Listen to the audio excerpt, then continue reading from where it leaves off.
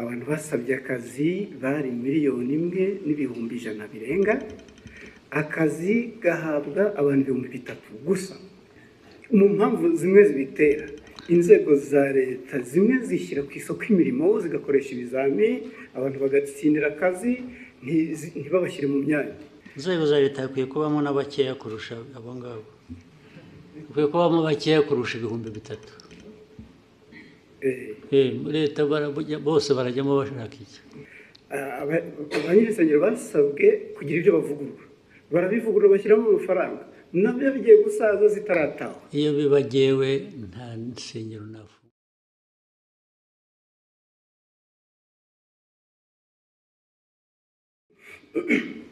Ndagira ngo mbashimire kuri uyu mwanya mumpaye.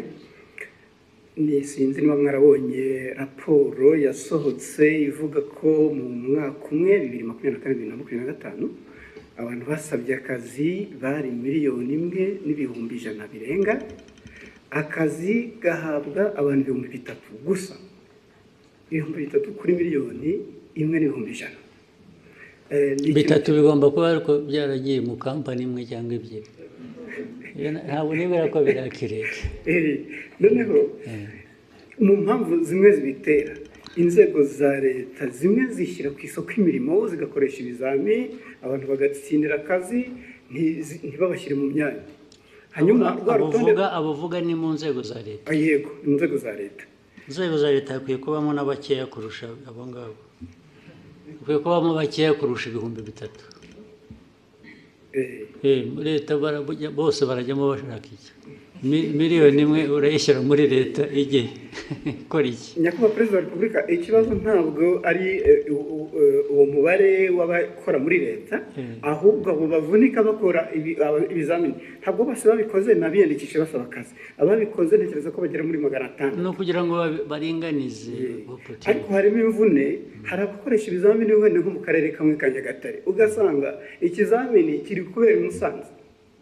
Hari n'umudepite ejo bundi wavuze ati kugira ngo duce intege abo basaba akazi bakina, hajyeho amafaranga ku bashaka akazi.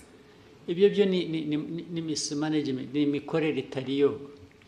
Ibyo nyine babishyira ku murongo, ibyo bishobora gukosorwa, ntabwo ari ikibazo kinini cyane. Hanyuma ikindi Nyakubahwa Perezida wa Repubulika, ibirebana n'insengero, abanyirinsengero basabwe kugira ibyo bavugurura, barabivugurura bashyiramo amafaranga, nabyo bigiye gusaza zitarataha. Iyo bibagewe nta nsengero nafungura n'imwe. N'ibyo dukora tubikora nyine byose kugira ngo abantu nayo insengero muri development, muri ibi byose twavugaga intambara ziri ku isi na survival y'igihugu, insengero zifitemo uruhare iki? Nazo ziratanga akazi se? They are just cheating. Abenshi they are just cheating. Ariko mubahehe mwebwe? Ngewe ibyo mbona ko ari abantu huzuyemo ububande gusa, kurwana n'ababande bari mu churches nabyo nta mpuhwe mbifitiye na busa rwose. Ariko mwebwe abakoroni barabarindagije, namwe murarindagira. Ubu ibintu twirwe tuganira ibintu bya church, ibisengero, wagiye mujye guhinga, mworore, mujye gusenga nushaka usengere kuri telefone.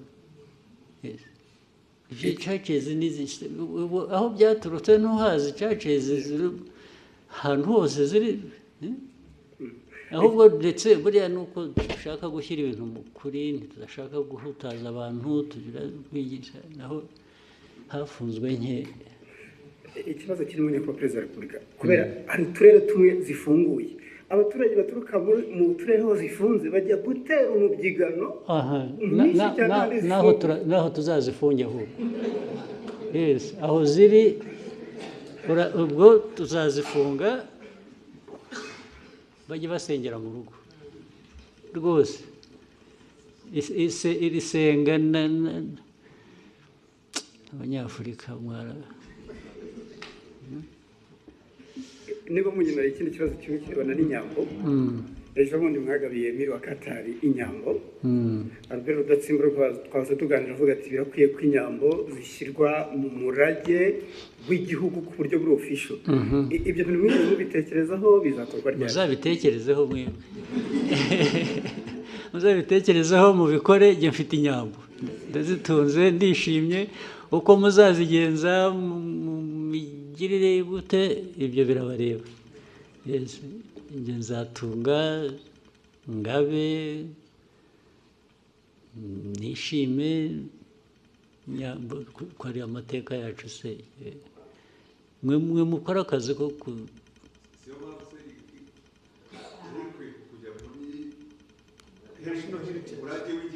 ibyo birabareba muzabishyiremo njyewe Bloomberg. Thank you, Mr. President. Ondiro Ganga with Bloomberg News. I just have a couple of things I'd like to hear from you. If we look at gold prices, they've hit an all-time high in the market. In the context of Rwanda, IMF projects that by the end of the year, gold is going to account for half of your export revenue, about $2 billion by the end of this year. But in the same breath, we have seen sanctions, particularly from the EU, on the country's main smelter, Kasabo, and some of its executives. So in lieu of the sanctions, what is Rwanda currently doing with its gold? And maybe if you can broaden out that conversation for me, what is the importance of gold in Rwanda's economy? And do you have specific plans to develop the gold industry? Thank you very much. Do you want to advise those who are applying sanctions? I'm saying, do you want people to add more sanctions to stop that, or what? No, I want to know if you're not selling it to the EU, because Rwanda also has a really big deal, about $900 million mineral deal with the EU. Yeah. So if they're off the table, if that is frozen, what is currently happening? There's nothing frozen. There's nothing frozen.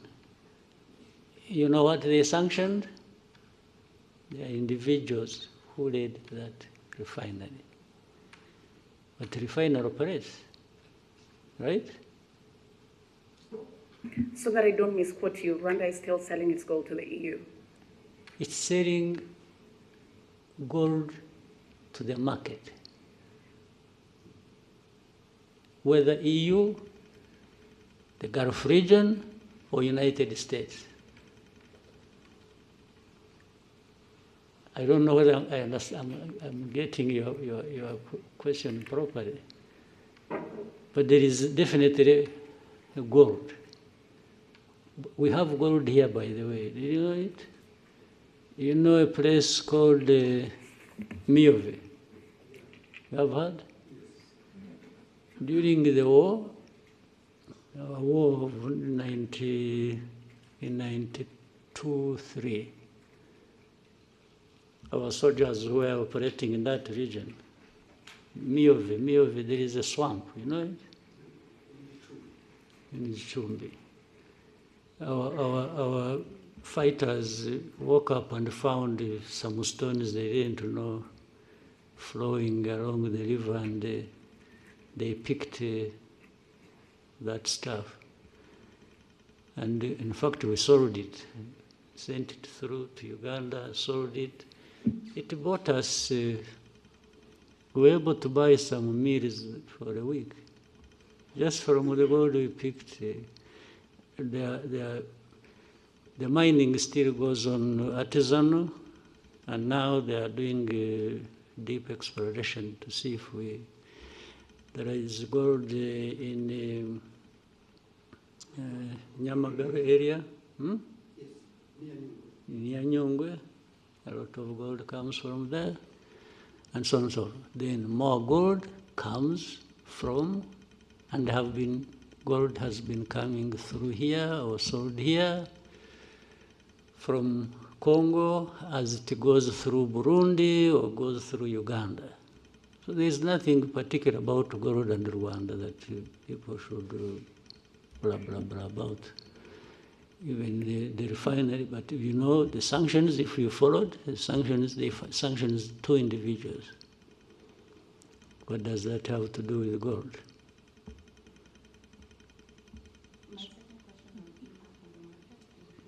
impact of Rwanda on the market, or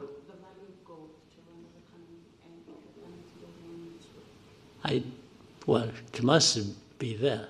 I haven't calculated it, but the impact must be positive, must be there relative to the price of gold going up.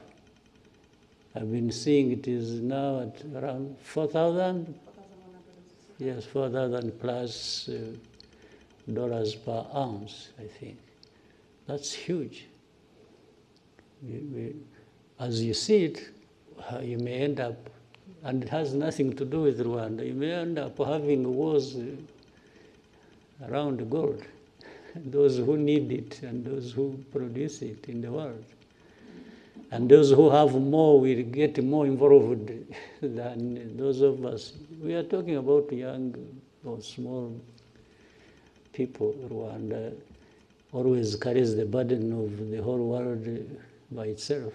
You know, there are people doing everything, even in a worse form than probably we're accused of, but they prefer to point at Rwanda for everything. Can you imagine Rwanda being a point of reference to do with this global network of gold trade? You get it clearly that it is politics, it is geopolitics, it is some nastiness that goes on every day. Otherwise, how does Rwanda really surface?